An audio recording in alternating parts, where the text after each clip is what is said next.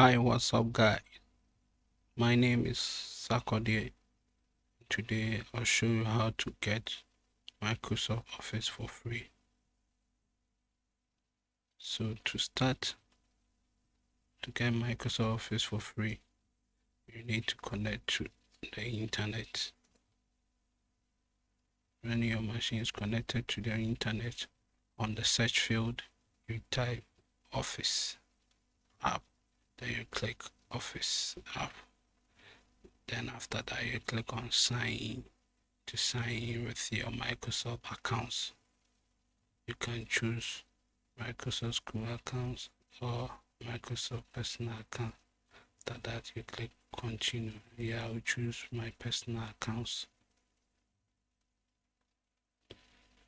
Then you type the email and password. That's Microsoft email and password. I've typed my email. Then I click next. Then I type the password of my Microsoft accounts to assist me to give me authentication to log in onto Office on the internet. Then I click sign. After signing, you get Microsoft Office on your Windows machine.